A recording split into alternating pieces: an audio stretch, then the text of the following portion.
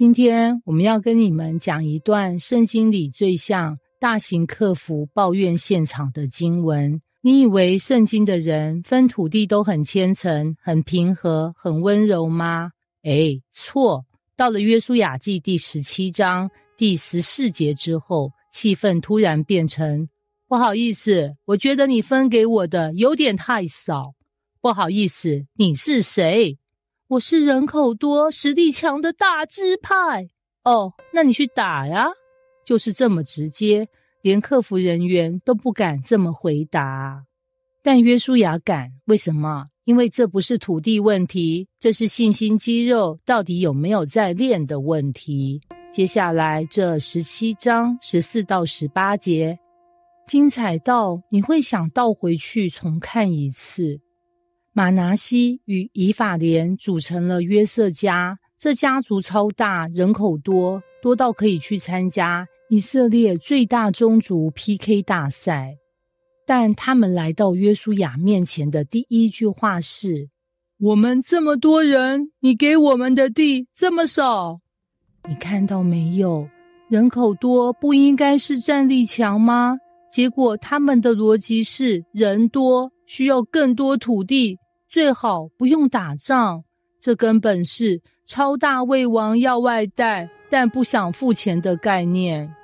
而且說實話，這抱怨很有畫面感。想象約書亞坐着，約瑟家族一大群人圍過來，隊伍長到可能需要抽號碼牌。約書亞沒有安撫他們，也沒有說我了解你們的感受。他直接反問：你們這麼大，人這麼多，那你們去開墾山地啊。這句話的現代翻譯大概是：你覺得資源不夠，那你努力一點啊，你不是人多嗎？約書亞的邏輯，他們說我們很大，約書亞聽到的是，那你們應該很能打。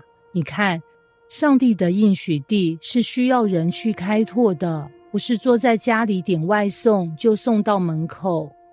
這段經文暗示的重點是，你的覺得不夠，有時不是上帝給的少，而是你不願意動手去拿。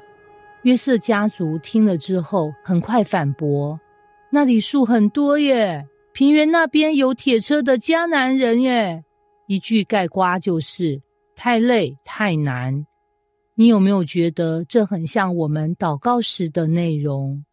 主啊，給我更多恩典，更多祝福，更多土地，但拜託不要讓我失眠，不要讓我流汗，不要有敵人，最好連樹都幫我砍好。